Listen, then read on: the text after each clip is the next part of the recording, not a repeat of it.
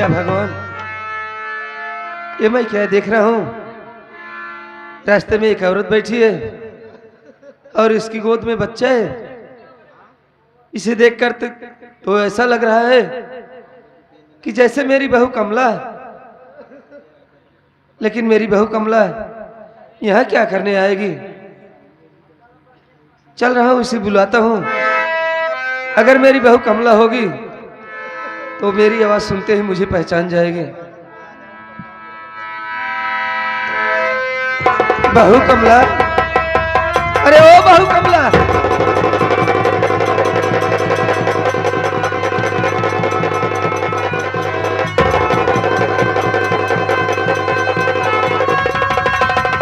अरे बाबू,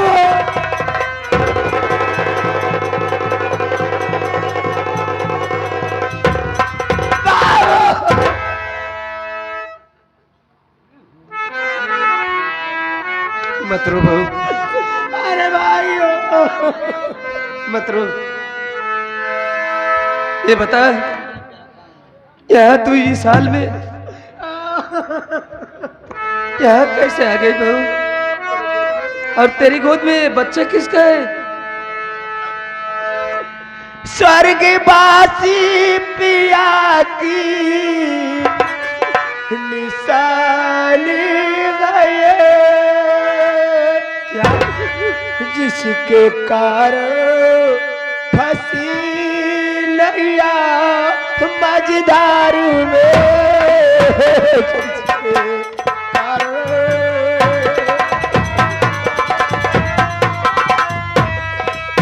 सच के सिवा में झूठ बोले।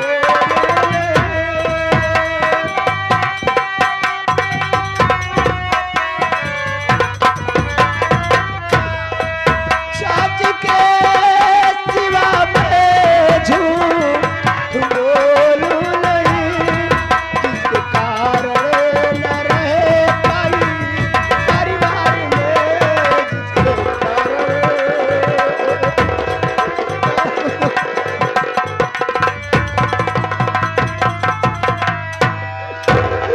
बाबूजी, ये मेरे स्वर्गवासी पिया की निशानी है बाबूजी। आज जिसके कारण मेरी नैया मझधार में है, जिसके कारण मैं परिवार में नहीं रहने पाई बाबूजी, ये मेरा बेटा है बाबूजी, मेरा बेटा। क्या करे बहू, ये तेरा बेटा है और मेरे बेटे कुलदीप की निशानी है। मेरी बात सुन बहू, चल साथ मेरे चलो तुम बहू रानी घर, साथ मेरे चलो तुम बहू रानी घर, दिल से चिंता तुम अपने हटा दीजिए।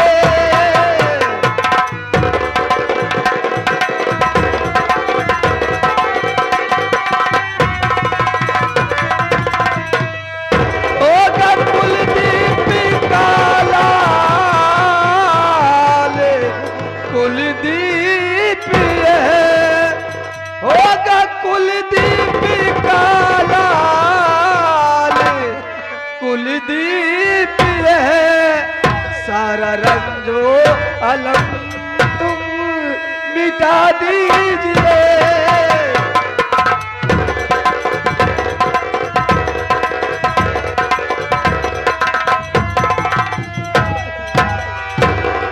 बहू कमला,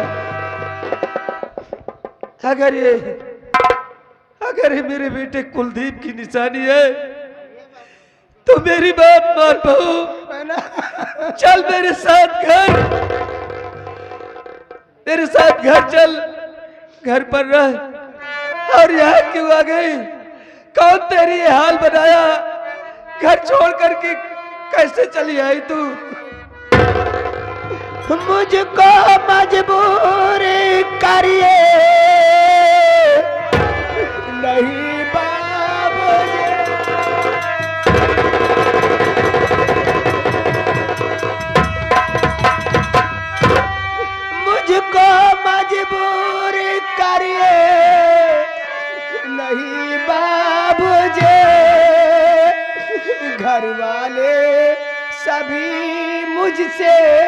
नाराज है घर वाले।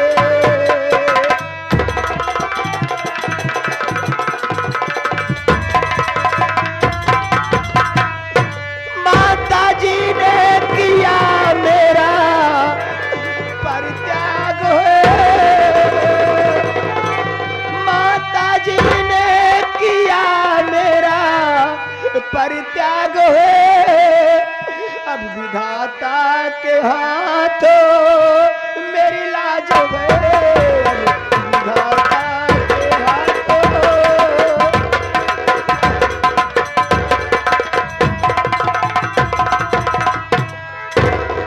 बाबूजी मैं उस घर में कैसे चलूं बाबूजी, जहां से मेरे माथे पे कलंक का टीका लगाकर मुझे मारकर घर से भगा दिया गया बाबूजी। मैं वहां कैसे चलूं बाबूजी, कैसे चलूं? ये क्या कह रही है,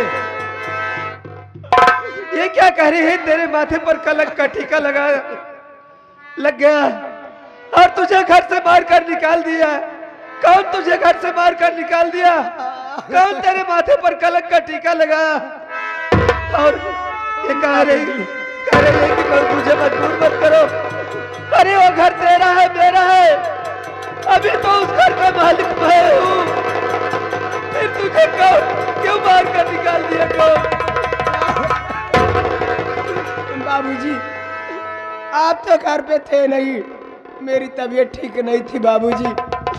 देवर संदीप मेरा सर दबा रहे थे, इतने में भंवर सिंह आया, बोला संदीप मैं सब कुछ देख लिया और समझ गया, तू इस विधवा कमला से प्यार करता है और इसके पेट में जो बच्चा पल रहा है किसी और का नहीं, तेरा बच्चा है। देवर संदीप से 2 हाथ मार दिए बाबूजी। हो गया माँ जी से बताया, माँ जी आई मुझे बहुत मारा बाबूजी, यहाँ तक कि मेरे शरीर से कपड़े उतरवा कर मुझे मार कर नंगी करके भगा दिए बाबूजी।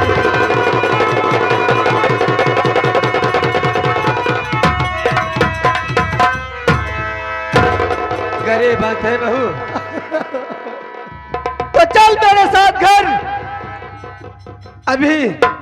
अभी उस घर का मालिक मैं जिंदा हूँ, मैं जिंदा हूँ। मैं तुझसे वादा कर रहा हूँ कि जैसे कर्मवती ने तेरे बदन से कपड़े उतार लिए, तुझे मारकर घर से बेघर कर दिया, वैसे मैं तुझे इजाजत दूंगा, मैं तुझे मौका दूंगा। एक दिन तू भी उसे उसके बदन से कपड़े उतार करके उसे मारकर घर से बेघर कर देना। चल मेरी बहू। बाबूजी मेरा बेटा भूखा है, मेरे बच्चे के लिए दूध ला दो, नहीं तो मेरा मुन्ना मर जाएगा। बहू ये क्या कह रही है? तेरा बेटा भूखा है, भूख से व्याकुल है, अभी तक वो दूध नहीं पाया। लेकिन बहू यहाँ मैं कहाँ से दूध का इंतजाम करूं, कैसे इंतजाम करूं? हाँ मेरी बात मान, चल तू मेरे साथ घर पहुंचने के बाद तेरे बेटे के लिए, अपने नाती के लिए दूध का इंतजाम करूंगा। चल बहू। हर काहे के तसाब के हुआ पर, काहे के तसाब के हुआ अपन, आपन कहवे वाला के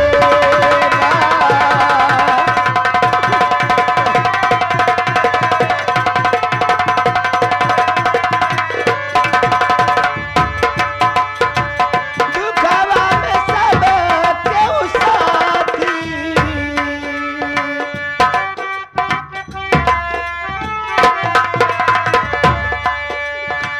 सुखवा में सब केहू साथी, दुखवा बटावे वाला देवा, काहे के तसाब केहू आपन।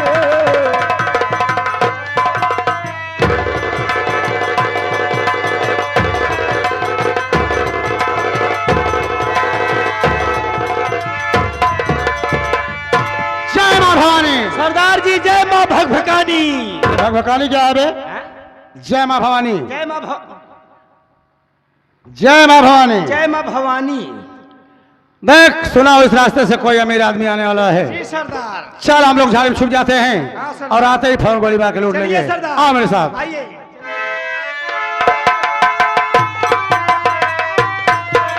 खबरदार। अरे बहन सुषमा। अरे भैया राहुल आप और भैया आप कैसे हैं? बढ़िया ही देख ल पंचौ ए नहीं मेहमान हन अपने के खी पैंट ठीक से ना खरीद पाएन फटही लुंगी पहिरे हैं बिचारू और देखा था बहनी के हमरे जौन वीआईपी साड़ी पहिराए हैं मेहमान तोहरे ऊपर गर्व है यार तोहार गर्व ना यार को गर्व कहा थे कि गर्व है तोहरे ऊपर। गर्व गर्व है यार। गर्व ना हाँ हाँ मेहमान तोहरे ऊपर गर्व है आज इतना खुश है मेहमान विश्वास कर लिया काहे बरे इतना खुश है कि भगवान हमारे एक आध बहन और दे होते ना हैं ओहू बहनी के बियाह तोहरे साथे करित मेहमान बस कर भाई। लेकिन मेहमान हम ही छोटका सार बड़का सार या झाड़ी से निकल आवत है क्या बेलो सिंह किसको छोटका सार बड़का सार बना रहा है? क्या मजाक है? सरदार जी बहन सुषमा के मेहमान हैं हम छोटका सार आप बड़का सार मुलाकात करा। बहन सुषमा हाँ भैया। ये मैं क्या सुन रहा हूँ बहन? भैया हाँ ये सच है भैया कि मैं शादी कर ली हूँ। ये मेरे पति परमेश्वर है भैया। सरदार जी ये नहीं एहन बहन के पति परम सुअर। हाँ हराम खोर। बहन सुषमा चल इधर खड़ी हो जा। अरे लड़के चल इधर।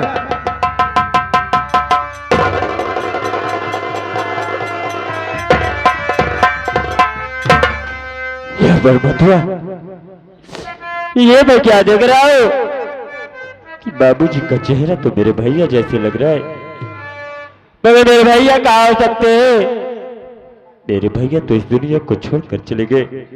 बाबूजी मैं आपसे कुछ जानना चाहता हूँ।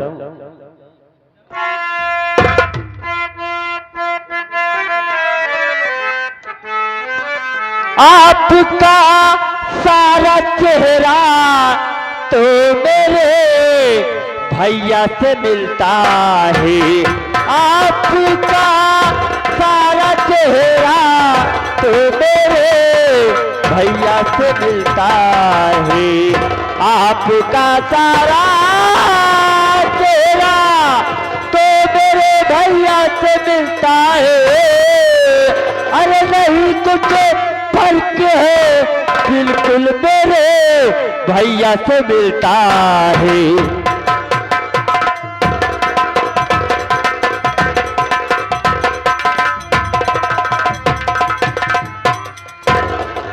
लड़का कह रहा है आपका चेहरा मेरे भैया से मिलता है।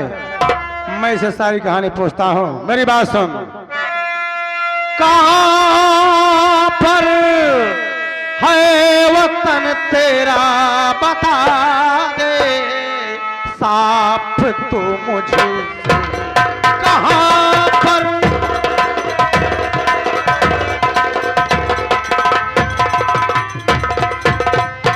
कहाँ पर है वतन तेरा बता दे साफ तू मुझसे कहाँ पर है वतन तेरा बता दे साफ तू मुझसे कसम भगवान की खाऊं न खाओ खौफ तू मुझसे कसम।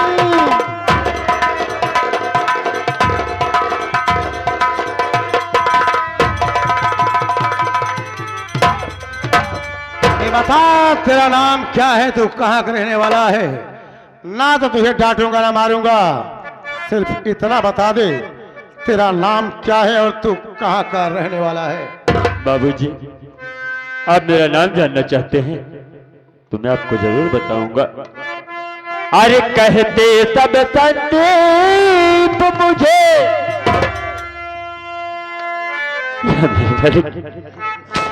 ये मैं क्या देख रहा हूँ कि बाबूजी को मैं अपना नाम बताया, बाबूजी चौक से उठे। अरे कहते सब संदीप मुझे वतन है जामनगर मेरा, अरे बता दो नाम अपना तुम क्या कुल है जिगर मेरा।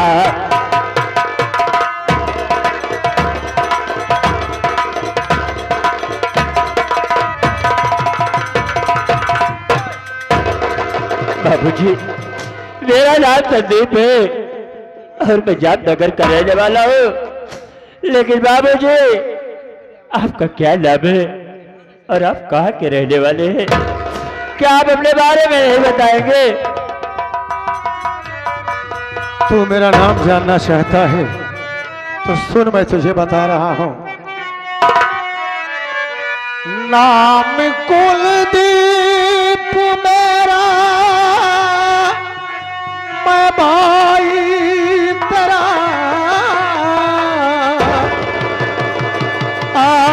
लगा लूं गले से तुझे मैं फिरन, साथ सुषमा का कैसे तुम्हारा हुआ, साथ सुषमा का कैसे तुम्हारा हुआ, कमला भाभी तेरी है, कहाँ पर फिरन साथ सुषमा।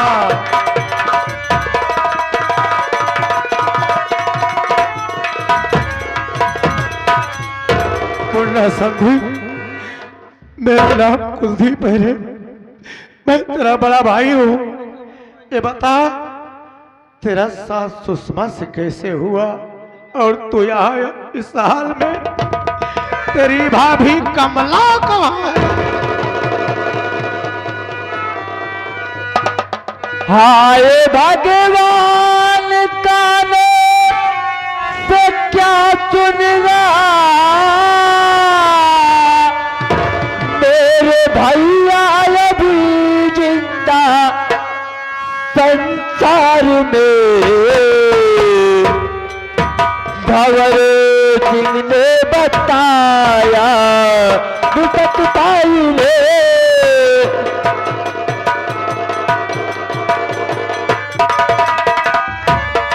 भंवर सिंह ने बताया दुटक पाई ने, साई बेचैन थी पूरे परिवार में, भंवर सिंह ने बताया दुटक पाई ने।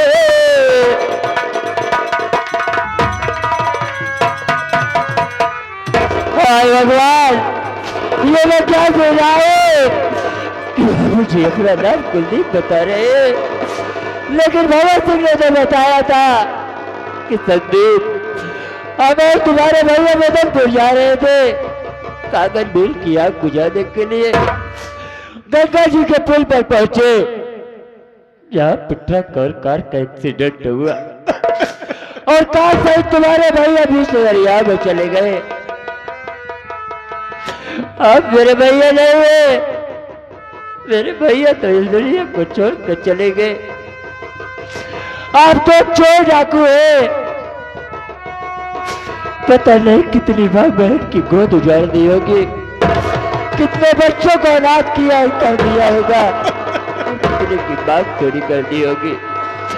आप मेरे भैया नहीं है, मेरे भैया ऐसे नहीं थे। भगवान के लिए मैं आपके आगे हाथ जोड़ता हूँ, आप यहाँ से चले जाइए, आप मेरे भैया नहीं है।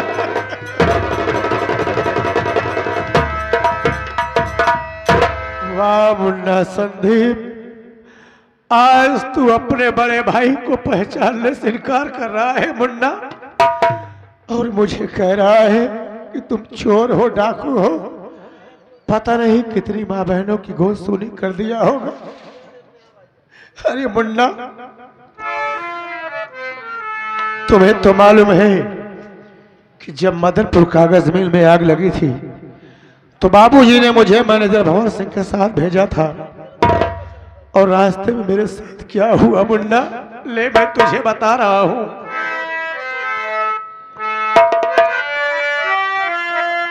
मारा खंजर से मुझको भंवर सिंह ने, फेंक मुझको दिया बीच दरियाओं में। अपनी किस्मत से मुन्ना मैं जिंदा रहा, अपनी किस्मत से मुन्ना मैं जिंदा रहा। मुझको सुषमा मिली मदनपुर गांव में, अपनी किस्मत से।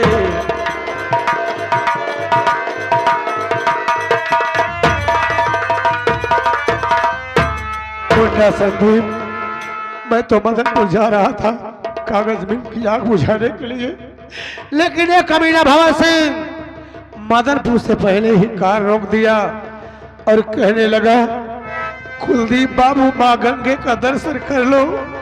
इसकी बातों में आकर मैं गंगे माँ का दर्शन करने लगा और जैसे ही गंगा माँ को प्रणाम करने चला, ये कमीना भंवर सिंह धोखे से मेरे पेट में खंजर मार दिया। मैं रोता रहा, चिल्लाता रहा मुन्ना, लेकिन ये कमीना लाश से ठोकर मारा, मुझे बीच दरिया में फेंक दिया। एक तो सुषमा की देन है मुन्ना कि आज तेरा बड़ा भाई कुलदीप इस दुनिया में सलामत है, नहीं तो मेरा तो नामो निशान मिट जाता मुन्ना। क्या अब भी तुझे मेरी बातों पर विश्वास नहीं है मुन्ना संदीप?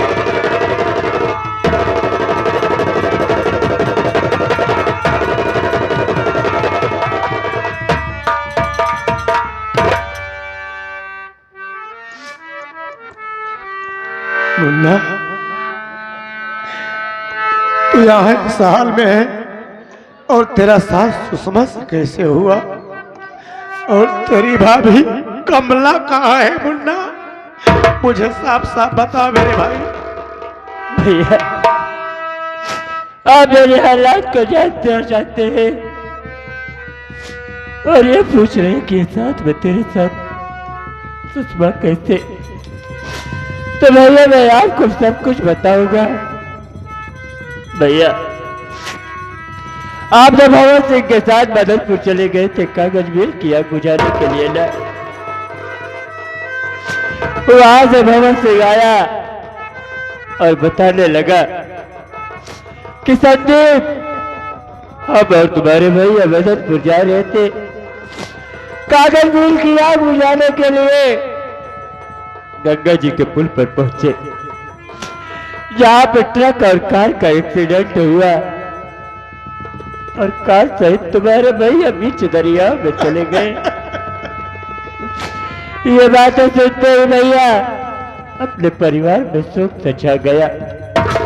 भाभी माता रोते रोते बुरा हाल हो गया।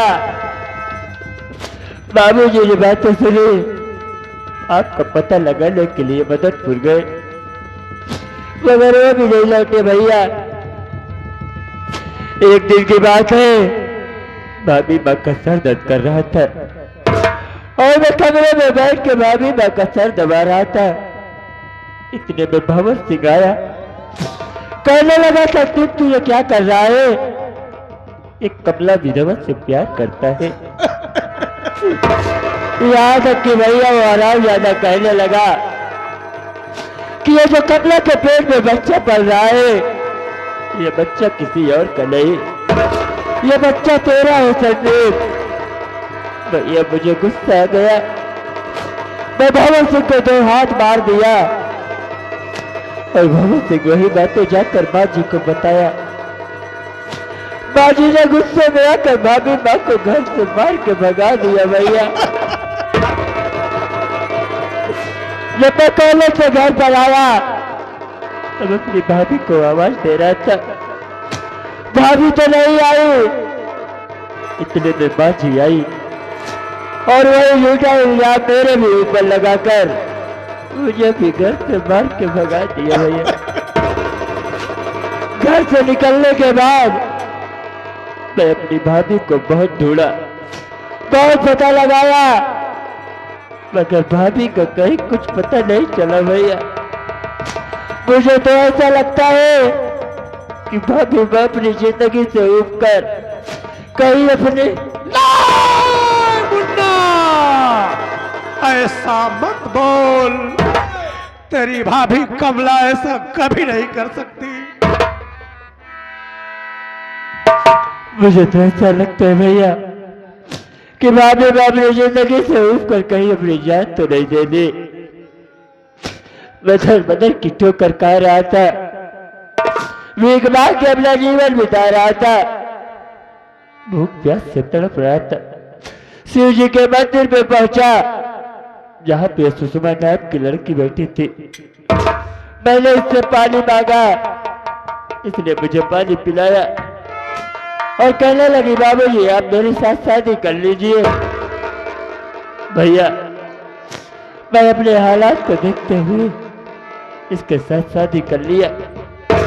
अगर मुझसे कोई गलती हो गई हो भैया तो मुझे छोटा भाई समझ कर माफ कर देना भैया।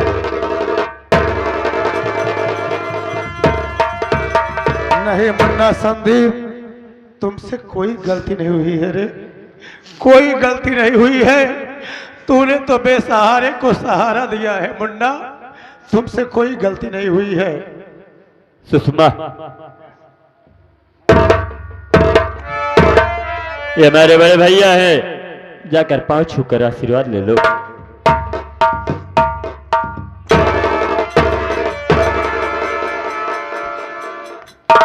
बहन सुषमा, मैं तेरा धर्म का भाई था और धर्म का भाई बनकर राखी बंधवाया, लेकिन समय और हालात ने आज तुझे मेरे घर की बहू बना दिया, इसलिए अपनी राखी वापस ले ले बहन।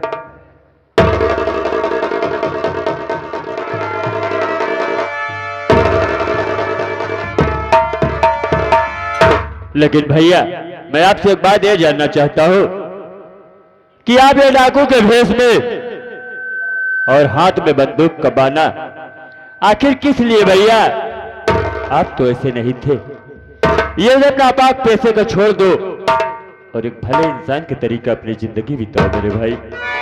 मुन्ना संदीप, मैं डाकू शौक बस नहीं बना हूं मुन्ना, मैं डाकू बना हूं तो सिर्फ भवा सिंह के लिए बना हूं और प्रतिज्ञा किया हो जब तक भवा सिंह का सर काट कर सुषमा के कदम में नहीं डालूंगा ये डाकू बाना मेरे तल पर होगा।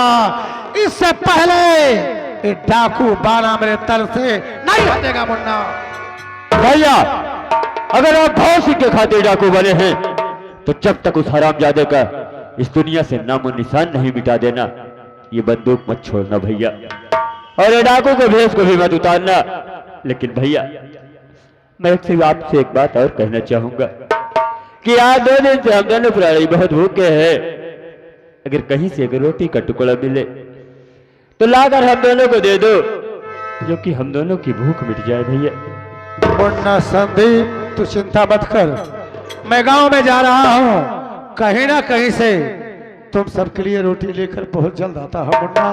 लेकिन तुम लोग यहाँ से कहीं दूर मत जाना, मैं रोटी लेकर बहुत जल्द आ रहा हूं मुन्ना। ठीक है भैया आप जाइए, मैं आपका यहीं पे इंतजार करूंगा। मैं जा रहा हूं मुन्ना, अपना ख्याल रखना।